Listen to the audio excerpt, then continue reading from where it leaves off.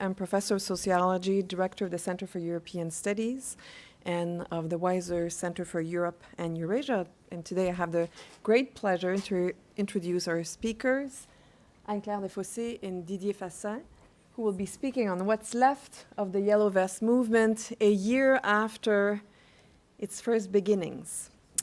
I will say a few words about our speakers before starting. Anne-Claire Desfossés is a researcher in social sciences at the Institute for Advanced Study in Princeton.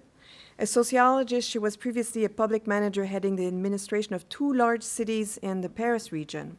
She's currently working on women's participation in local politics, the crisis of democratic representation in France, and the refugee question in France and Italy. Didier Fassin is Professor of Social Science at the Institute for Advanced Study in Princeton and at the École des Hautes Études en Sciences Sociales in Paris. An anthropologist and sociologist, he was initially trained as a physician in internal medicine and public health, and was also the former vice president of Médecins Sans Frontières.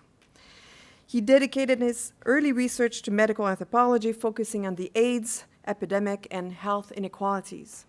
His recent work is on the theory of punishment, the politics of life, and the public presence of the social sciences.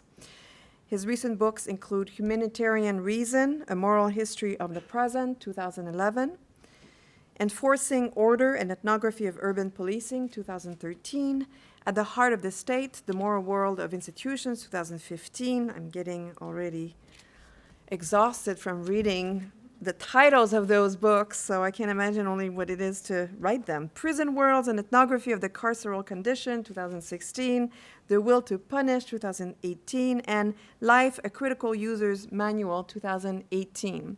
So we have 2 scholars here who couldn't be better placed to actually reflect on the causes of the Yellow Vest movements, what it is, and actually what its future may be, and to think about how it's related to current situation in Europe and in France more specifically, but hopefully also to think about what these types of movements in the current political moment might tell us about the relationship between society and politics. So please join me in welcoming Anne-Claire Desfossés and Didier Fassin.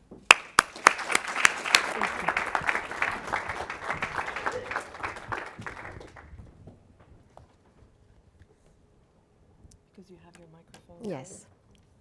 So thank you very much for your invitation.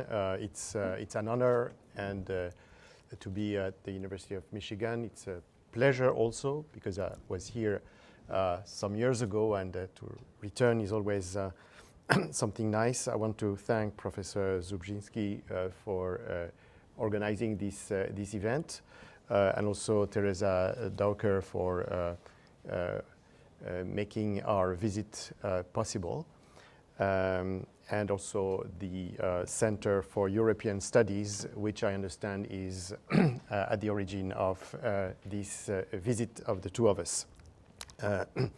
I want maybe to warn you, or to mention at least from the start, that the Yellow Vest movement is not, or was not, really a subject of our research. Anne-Claire, as it was said a moment ago, has been working in these past years on women in politics and local democracy. I have been working on, for some years, on moral and social issues. On the one hand, on humanitarianism, on the other hand, on punishment and repression. And both of us recently joined our efforts to work on crisis, and in particular the migrant crisis in Europe, and have been doing field work at the border between France and Italy. So the Yellow Vest was not initially in our plans of research. But when it started, we felt, like many of our colleagues, a sense of urgency and a need for distancing ourselves from the the current of the news. And so we initially wrote an essay which was published in the New Left Review, which had just the ambition to make intelligible in the way we wanted to do it, to make intelligible for a non-French public what was going on at the moment, not being satisfied by what we read in the news in the United States or elsewhere. This article, very surprisingly, was translated in German, in Dutch, and also in French. So we kept on going, and so that's what we're going to be talking about today. Is this what we've understood and what we want to share about this movement.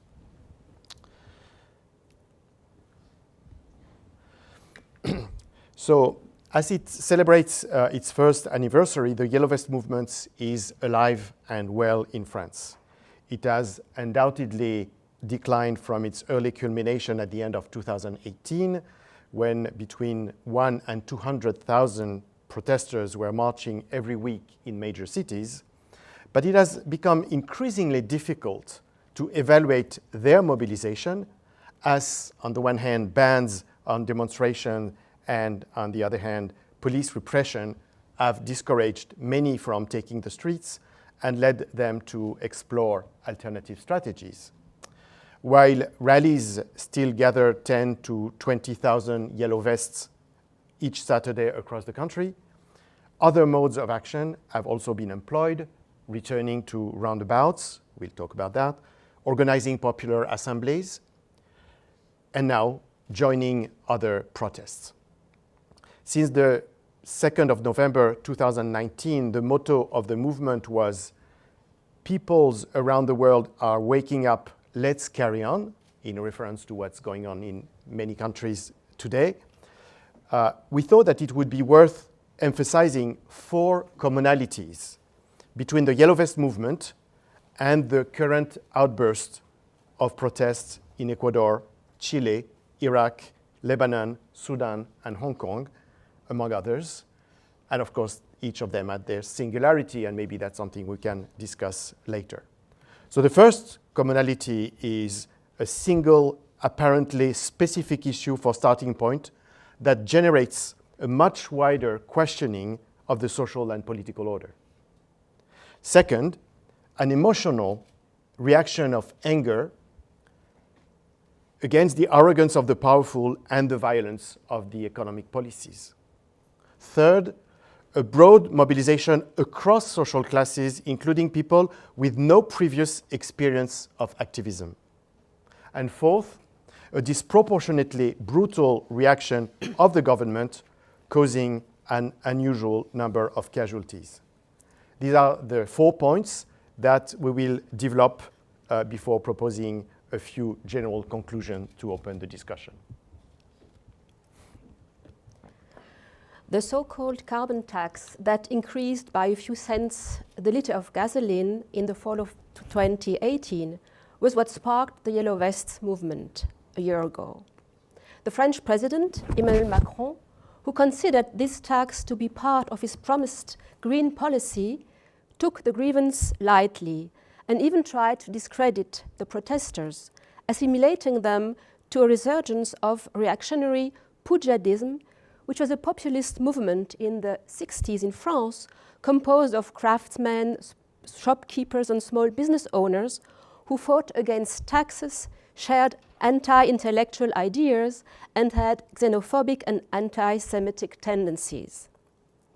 What his response entirely missed was that for the upper segment of the lower class and the lower segment of the middle class, whose average income had decreased since 2008, transport expenses were at a burden, all the more since they often resided remotely from their workplace and suffered from the progressive extinction of local public services, these social handicaps making gasoline a significant part of their budget. To the dismissive reaction of the government's member to the demand for cancelling of the tax, protesters replied by questioning the fact that the largest producers of greenhouse gas, for instance, airline companies, were not taxed. In their view, the fight to make ends meet was not in opposition to the struggle against climate change. Quote, "End of the world, end of the month, all the same," unquote, became their slogan. Indeed, for the president, the justification of the carbon tax, it was called as such, was the reduction of fossil fuel consumption in an ecological gesture, attempting to correct the negative impression left by the resignation of Nicolas Hulot, the popular environment minister, who had declared himself frustrated by the government's absence of political will on these issues. Viewed from the Élysée, which is the presidential palace, the complaint of the protesters was trivial. A small increase of a few cents, 6.5 cents per liter for diesel and 2.9 cents for regular, was something very irrelevant. But politicians, as well as commentators who derived the insignificance of this initial grievance, ignored that the opposition to the tax increase on gas revealed profound social chain transformations which had occurred in the past decades and were aggravated by recent measures. Economic inequalities, which had deepened in France since the 80s, were relatively well tolerated as long as living standards continued to improve for everyone. But since the 2008 financial crisis, the income of the 4 lower deciles has decreased, this pauperization affecting especially the already most disadvantaged due to the progression of unemployment and part-time jobs. In the meantime, constrained expenses for housing, energy, and insurance, for instance, have raised beyond the inflation rate. The opposite evolution of incomes and expenses has therefore left the lower segment of the population with a reduced budget for their other needs. In parallel, the growing cost of real estate, especially in large cities, led many of them to move always further from urban centers where the working class is often situated, and buy or rent a house in so-called peripheries where public transportation remained constantly poorly developed. In this context, for the low-income population, gas expenses became a significant part of their budget. It was even more the case in rural areas, with the amplifying factor of the progressive extinction of public services, from post offices to train stations, from hospitals to schools, which generated extra costs for transport to larger towns. Thus, whereas privileged categories were little impacted by the tax increase, since gas represents only a small proportion of their budget, these recent measures constitute a real financial burden for people living at a distance from cities. It is estimated that the carbon tax weighs 5 times more on the lower than on the upper decile, although the former produces much less pollution than the latter. And besides, the car industry itself was exempted from this financial effort in favor of the environmental cause. And on top of these injustices, felt as such, those who drive diesel cars viewed the recent decisions as particularly unfair, since for decades the executive branch has encouraged the development of this type of engine, which is today in more than 60% of all personal vehicles in France. But although the initial revolt has been against a tax increase on gas, the demands of the Yellow Vests expanded to issue of social justice and democratic refoundation. On the one hand, the demand for social justice seemed principally focused on taxes, whose reforms are regarded as particularly unfair. The most popular claim concerned the reinstallment of the solidarity tax on the wealthy. But the issue of purchasing power is also central. It translates into a call for a minimum salary and pension increase. Interestingly, the Yellow Vests' discourse displaces the social question from a traditional debate on poverty to a more explosive discussion about inequality. For instance, they propose a more progressive tax code, the end of life benefits for former presidents, and a maximum of 25 students per class. They also express their solidarity towards the most disadvantaged. Among the 42 demands that they eventually rendered public last January, there is, for instance, zero homeless, which was one of the President Macron's promises before his election, and better treatment for asylum seekers. In that regard, it is interesting that, contrary to the French president's statement, the Yellow Vests do not manifest in these claims any hostility against migrants, even calling for a real politics of integration. On the other hand, the shortfalls of the current representative democracy are publicly denounced. With a president chosen by less than 20% of the electorate and the parliament without a single blue-collar worker anymore, neither the executive nor the legislative branch can be said to properly represent the people. Besides, the presidentialist regime of the Fifth Republic in France has taken an extreme form in the past 2 years, as President Macron implemented what he called a Jupiterian style, deciding on everything and dismissing all mediations. Against this autocratic form of governance, in which the sovereign only thinks of his relation to the people in terms of pedagogy to explain to them why he's governing the way he does, the Yellow Vests oppose acephalous assemblies, egalitarian debates and solidarity practices. Their flagship proposal is the consultation of the population by referendum on topics petitioned by citizens without the intervention of the president or the parliament, as it exists in Switzerland or in Italy, for example. So to understand their claims, we have to start from what was going on at the time and what they were reacting against. And the role of emotions in social movements is something, as you know, that has recently received an increasing attention in the social sciences.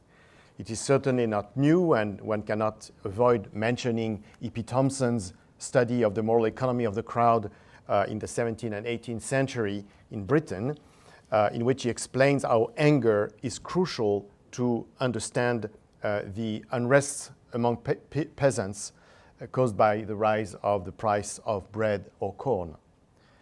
A similar analysis can be used to interpret the Yellow Vest movement. In their case, the ire was directed against Emmanuel Macron. This could be a surprise, since they could have expressed it against the rich or against the corporate world, or more abstractly against the ravages of capitalism.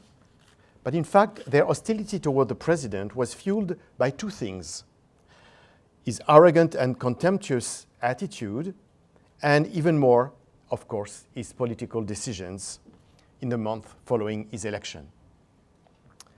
So indeed, I see a yellow vest coming. That's a sign. So indeed, on various occasions, he had multiplied disparaging or condescending public interventions, depicting his critiques as, quote, slackers and cynics, describing women laid off from a slaughterhouse as, quote, mostly illiterate, contrasting, quote, people who succeed and people who are nothing, deploring, quote again, that we are putting crazy dough into minimum social benefits, telling a young job seekers, I quote again, that I cross the street and I'll find you something, and commenting on the Yellow Vests as that, quote, we must make those who suffer hardship take responsibility because some behave well and others screw around, unquote.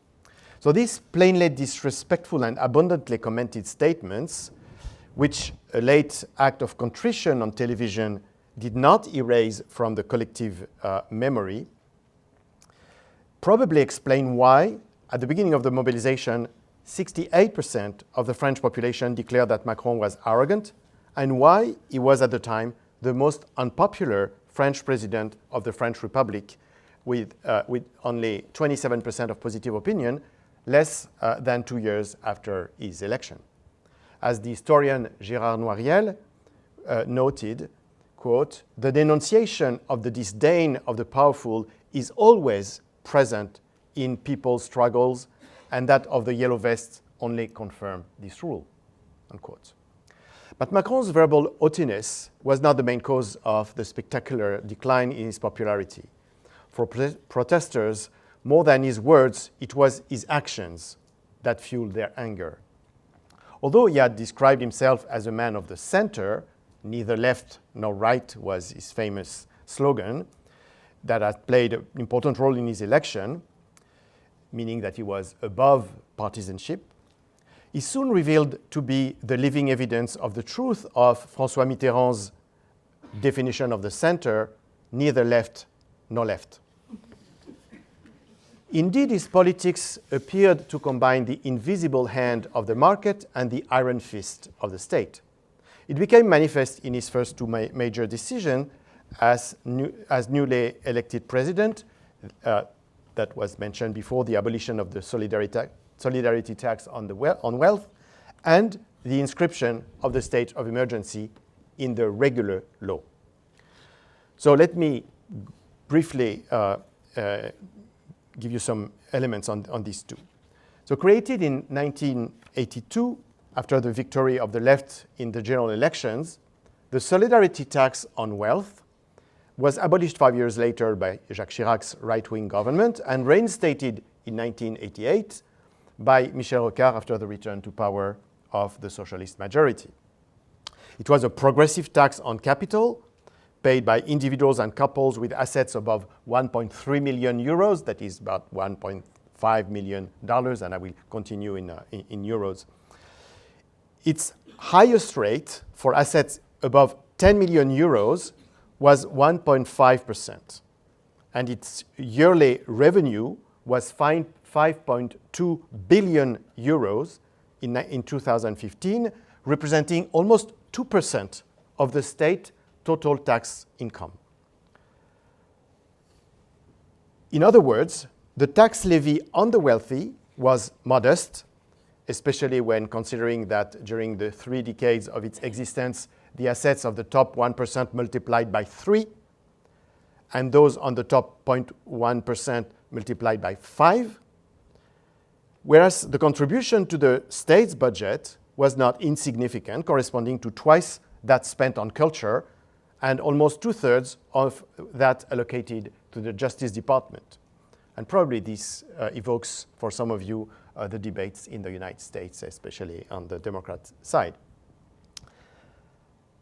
Actively campaigning against this tax, right-wing politicians and the business lobby anticipated a massive exile of so-called tax refugees, although the most recent available data showed that in 2013, for instance, only 714 out of the 312,000 people subjected to the solidarity tax on wealth had left the country, possibly to evade it, although we don't know.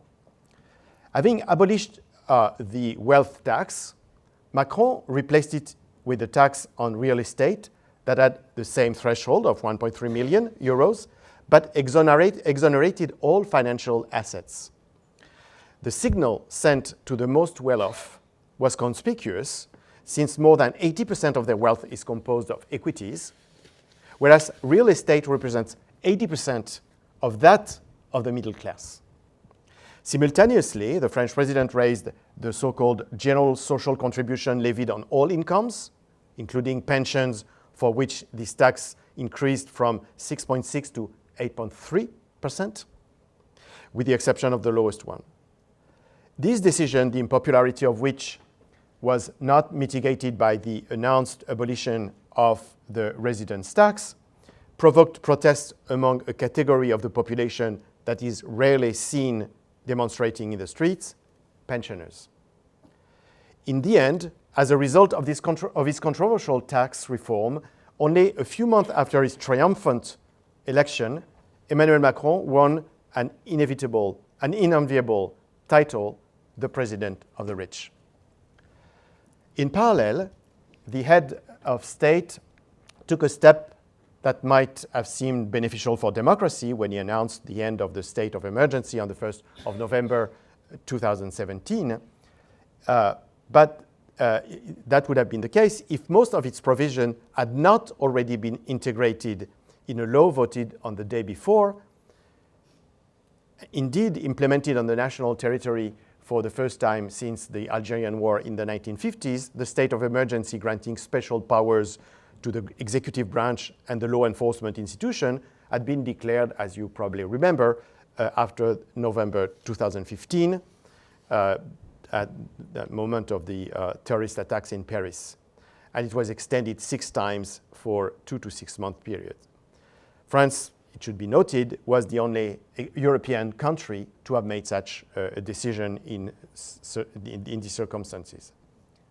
Proven to be ineffective on its alleged target, that is terrorism, according to the report published by the National Assemblies Law Commission, it served to prevent political activists from participating in protests, in particular at the time of the Paris Conference on Climate, and to extend the prerogatives that the police had long requested in vain, notably in stops and frisks known to target essentially racial and ethnic minorities. So the measures of the law on security were adopted despite the condemnation not only of activist organizations, but also of 2 special rapporteurs of the United Nations for Human Rights. And in that regard, Macron might be remembered as the president who vindicated Walter Benjamin's famous affirmation that, quote, "the state of emergency in which we live is not the exception, but the rule." Besides, the style of governing became problematic to many. During his campaign, Macron, as Anne-Claire mentioned earlier, had stated that he wanted to restore the prestige of the highest office by being a Jupiterian president. And from the very first day of his election, when he delivered his speech in front of Pey's pyramid at the Louvre, which had been the king's palace during the Ancien Régime, he tried to conform himself to this model. Deeming himself omniscient, he also wanted to be omnipotent. And to succeed in this enterprise, he had to have all the powers in his hand, which also meant diminishing the others' powers. So the ministers of his government and the representatives of his party all know that they owe him everything. They rarely express themselves without being authorized to do so, and when they do, they often get corrected.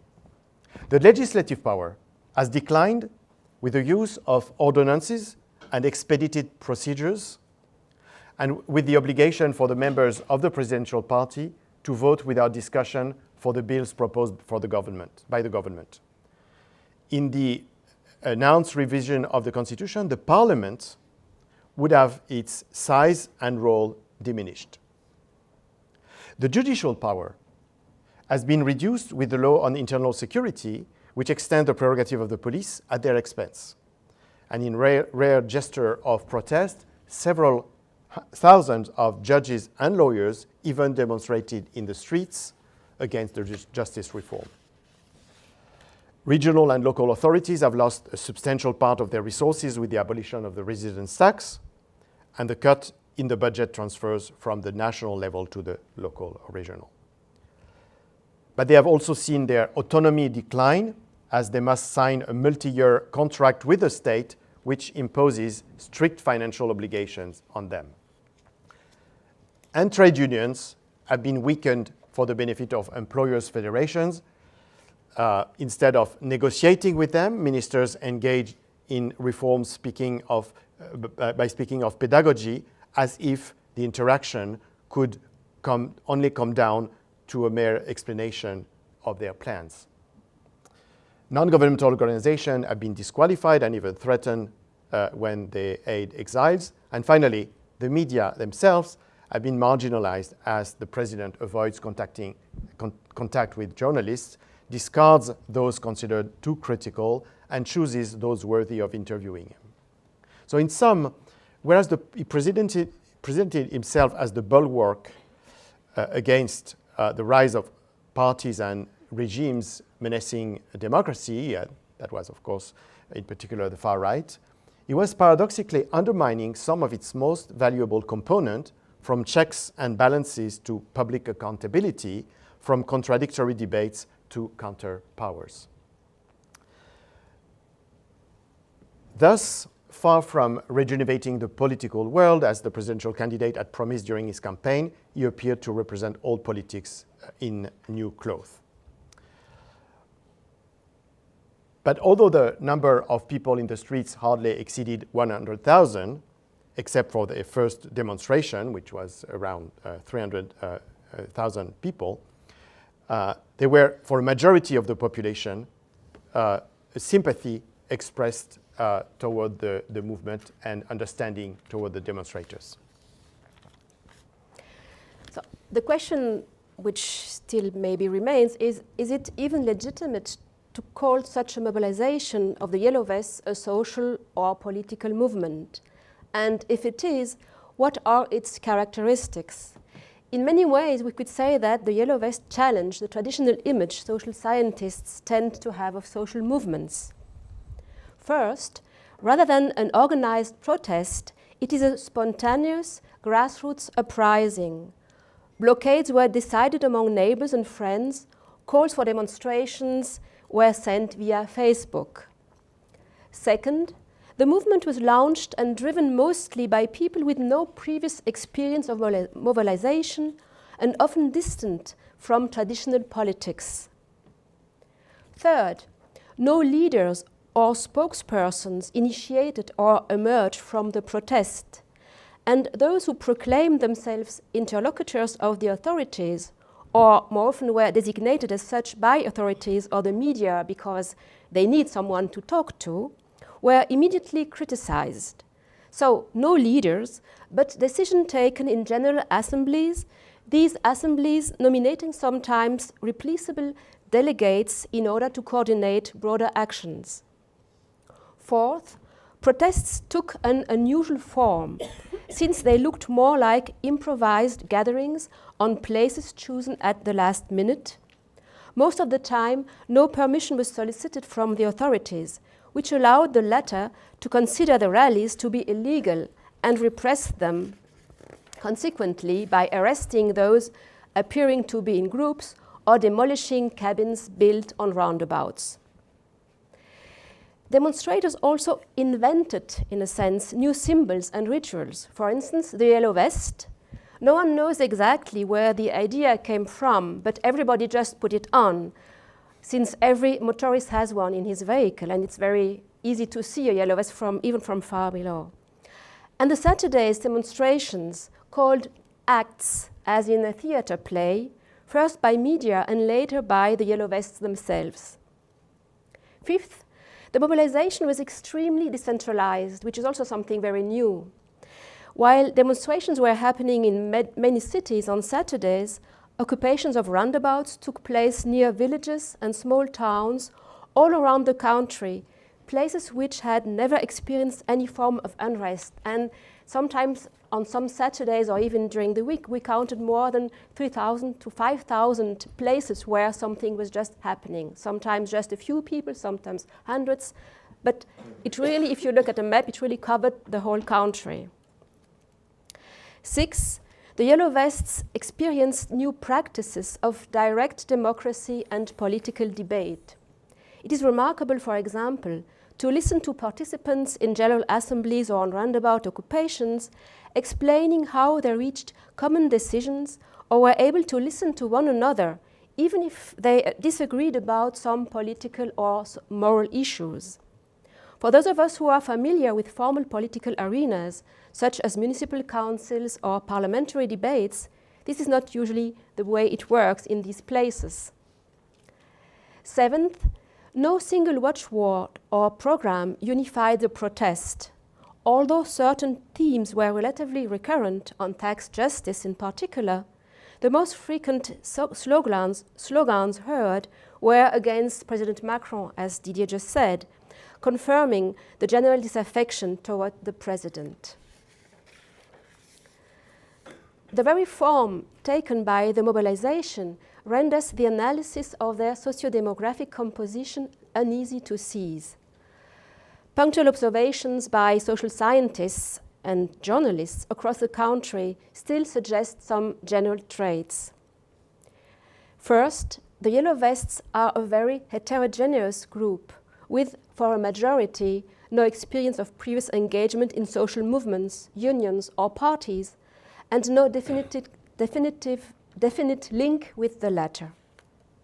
Second, they combine pensioners and workers, craftsmen and tradesmen, nurses and housekeepers, students and unemployed, men and women are in these demonstrations were very numerous, as much as men, from the upper lower class and the lower middle class, who have in common witnessing their income being progressively reduced by the increase of constrained expenses and new taxes, and who are anxious about their future and the future of their children. Third, they are mostly living in the distant outskirts of cities, which are particularly affected by the cost and time of transportation, as well as in depopulated rural areas where the sense of abandonment by the state is painfully experienced. The expression peripheral France, so often used to characterize them, should thus be taken in the polysemous sense of those who occupy or consider that they occupy a political, social, and spatial periphery. In the sociologist Serge Pogam's words, the Yellow Vest movement represents, quote, the revenge of the invisible, unquote, against the social contempt of the elites. But contrary to a common idea, the distribution across the country does not correspond to that to the far-right vote, nor does it represent the most impoverished territories. Significantly, Seine-Saint-Denis, which is the most deprived French department in the outskirts of Paris, has almost had no road blockades or street demonstrations. This is, and I want to stay a while of that, indeed one of the most noticeable and yet least noticed features characterizing the composition of the Yellow Vest movement. It does not include the most disadvantaged. In particular, the most relegated territories and populations, those of the housing projects, administratively named neighborhoods in difficulty or urban sensitive zones, which had been those involved in the urban unrest of the past decades, have been largely absent from the mobilization. They are those where socioeconomic and ethno-racial segregation is the most visible. Their inhabitants, mostly of African immigrant descent, have the highest unemployment and poverty rates. Their schools lack teachers who, moreover, are often not substituted when on sick leave. They suffer from the absence of state investment in public services in general. On a daily basis, they are more confronted with law enforcement officers than social workers. When interviewed, most of their inhabitants declare that they do not really identify with the movement, but do not disapprove it. Nevertheless, observing with irony that the Yellow Vests seem to be discovering what they themselves have experienced for decades in terms of social marginalization, economic hardship, and police violence, something no one cared about when they were those affected.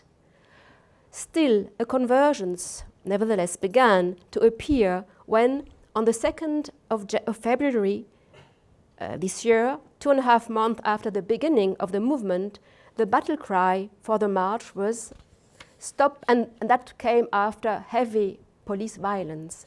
So the slogan was stop police violence from popular neighborhoods to the Yellow Vests.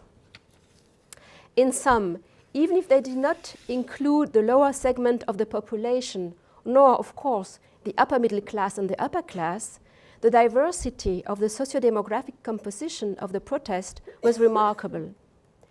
Whereas in the previous years, demonstrations against the revision of the labor code in France had mostly gathered unionists, and marches against gay marriage had predominantly rallied conservative Christians, the Yellow Vest mobilization comprises a wide range of the population, with an unusually high proportion of women, and even more remarkably, a majority of people who had never participated in protests and declared no political affiliation. Pensioners, unemployed, students, craftsmen, housewives, and blue-collar workers were together on the roundabouts and in the streets. And contrary to the far-right's expectations and the president's insinuations, the Yellow Vests never let Marine Le Pen Rassemblement National, which is the far-right movement in France, take over the movement, nor did they endorse Jean-Luc Mélenchon's La France Insoumise on the far left, even if a majority of their sympathizers, but nothing is known about the actual Yellow Vests, voted for these two parties in the last European elections. So what was the response of the government to this unexpected and unprecedented, at least in France, movement?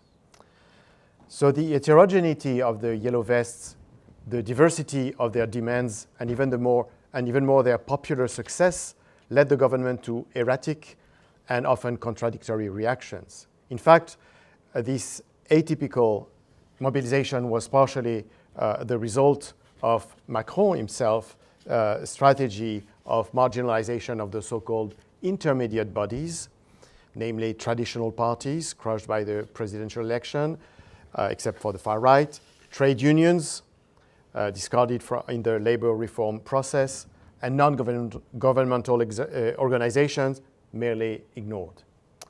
In conformity with this conception of the sovereign, the president wanted to have the people as direct interlocutor. Discovering that his honeymoon with the latter had ended with his popularity plummeting, he was initially discountenanced and paralyzed. In the government's response to the movement, it is nevertheless possible to identify three moments. So initially, while the president remained silent for an unusual period of time, the government manifested its firmness, expecting that the mobilization would progressively run out as the holiday season was getting close. We were a year ago. The Prime Minister declared that the tax increase on gas would be maintained in the name of the protection of the environment, and that the minimum salary could not be raised to avoid being inconsistent with the reduction of the charges of the corporate world. In the opposition between those whose problem was the end of the month and those whose concern was the end of the world, as we heard before, the government was decidedly not on the side of the former, the end of the month, even if there was no real evidence that he was seriously engaged on the side of the latter, that is the end of the world, considering the series of decisions on pesticide, nuclear plants, and extractivist industry that were made at the time. Then, second time, as the protests continued and politicians of the presidential majority called for a more positive attitude, a series of concessions were made, most of them with relatively ambiguous consequences in terms of social inequality and economic stability. So the tax increase on gas was postponed and eventually cancelled, as was requested by the demonstrators. The minimum salary was raised, but was raised via a special premium paid by the state instead of the employers, thus transferring the cost to taxpayers. Overtime payment was exonerated from taxes and charges, with little benefit from, however, for employees with minimum salaries who do not pay tax on their earnings.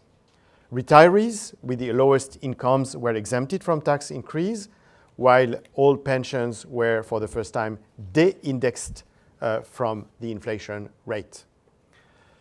But the basic welfare benefits were not increased and the solidarity tax on wealth was not restored. And there were two major demands of the movement. Whereas these measures were presented by Macron as a major social turn, that was his term, they did not concern the most precarious segments of the population, spared the corporate world and the most privileged, and heavily weighed on the state's budget, deepening its deficit and auguring further restrictions in public services, which we see now. And finally, the third time, confronted with continuing protests, the president attempted to bypass the Yellow Vest movement and hijack its momentum by announcing what he called a great national debate, which would last 3 months and be open to everyone. Although it was presented as a shift from the vertical style that characterized Macron's first year in power, as we described earlier, to a horizontal mode of governing, many signs indicated that the president would still control the whole process. The 4 themes to be discussed and 82 questions to be answered were decided in advance. They corresponded in part to reforms that were already in preparation, for instance, the reduction of the number of representatives and senators, and proposed formulation over determining the response. So, for example, a question was, in order to decrease taxes and reduce the debt, which public expenditures should be cut in priority? So here you have the answers in the question. Certain topics deemed crucial to the Yellow Vest were excluded a priori, such as the reinstallment of the solidarity tax on wealth, the referendum initiated by citizens, or simply the increase of the purchasing power. And others that had never been discussed by the Yellow Vest were introduced, sometimes with a clearly divisive intention. And this was the case in particular on 2 types of questions. Some on laïcité, which obviously targeted once more the Muslims. So the question was, what do you propose to strengthen secularist principles in the relations between the state and the religions in our country? These principles having been reaffirmed several times already. And the second was on immigration, which corresponded to a claim of the right-wing party, but never of the Yellow Vest movement. And again, the question was, do you want that we establish annual quotas defined by the parliament? So the organization of the debates was under the authority of 2 ministers. The analysis of the information produced was opaque. The modality of the synthesis was not given. And so the National Commission for Public Debates, which had been solicited to frame the process so as to ensure its transparency and neutrality, decided to withdraw as its proposals had not been respected, particularly that of independence and autonomy of the debate. But while the position of the president and the government has changed, as I described these 3 moments, have changed over time with respect to the measures undertaken to resolve the crisis, there's one element that has remained constant since the beginning of the mobilization, that is the exceptional harshness of the repression against the protesters. For the criminologist Fabien Jobard, the number of persons injured, quote, exceeds everything that has been seen in France since May 1968, unquote. More people have been wounded by police weapons in the first 2 months than in the previous 10 years. A non-exhaustive count of the casualties established by the independent journalist Daniel Dufresne, and that was because this enterprise was rendered necessary by the absence of such data from the Minister of the Interior.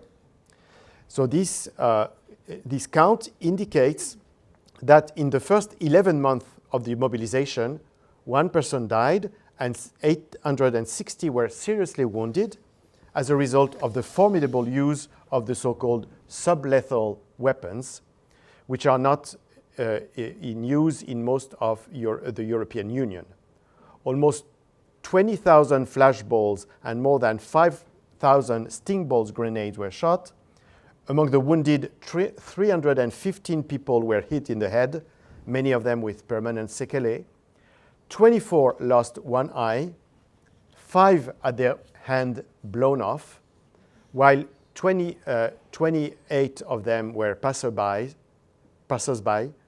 115 journalists, and 33 street medics. Most incidents were due to the use of flashballs and sting balls, the grenades, and a war reporter who had avoided being injured while covering Bosnia, Afghanistan, Libya, Chad, Iraq, and Syria was wounded for the first time in Paris. Indeed, people filming the demonstrations, including journalists, were specifically targeted.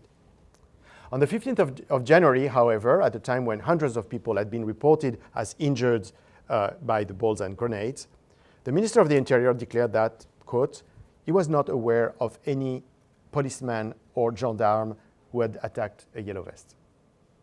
His denial signaled that the government would support law enforcement agents, whatever degree of physical force they would use, but the unusual brutality of the police cannot simply be attributed to the initiative of the rank and file agents.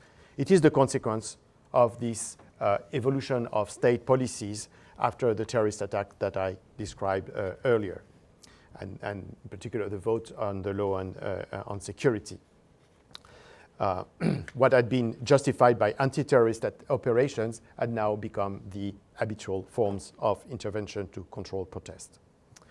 Remarkably, however, during the first 6 weeks of the protest, the national and international media remained completely silent regarding this casualty. They did not report on the violence of the police. They were instead mesmerized by the real violence also of the crowd. But by focusing exclusively on the violence of some protesters or of some rioters who infiltrate the protests, while ignoring the violence of the police, the media contributed to the making of the official narrative of the events in 2 ways. First, they represented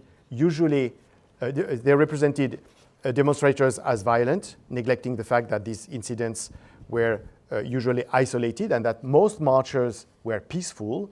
On the 1st of December, for example, one of them posted an image of a crowd and addressed the broadcast quotation, thousands of Pacific yellow vests near the opera in Paris. Will you show these images?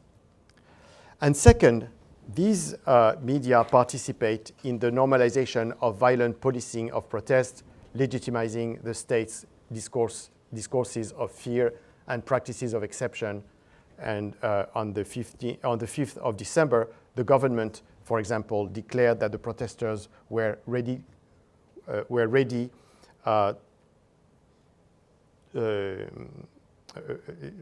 to come to the capital, quote, to destroy and kill. So this dramatization was, of course, an element of creating fear and reaction by the police.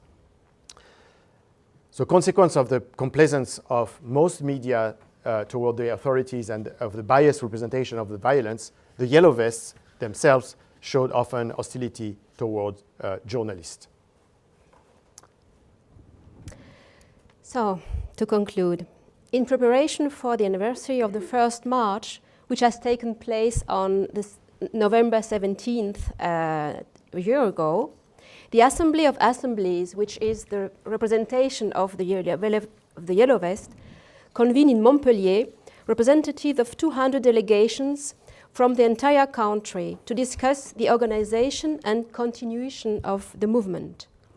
Although it's impossible to predict how successful this endeavor will be, it is already noteworthy and without precedent in France that, despite being harshly repressed, a movement would have mobilized citizens across social classes every week for a year to demand social justice and democratic refoundation.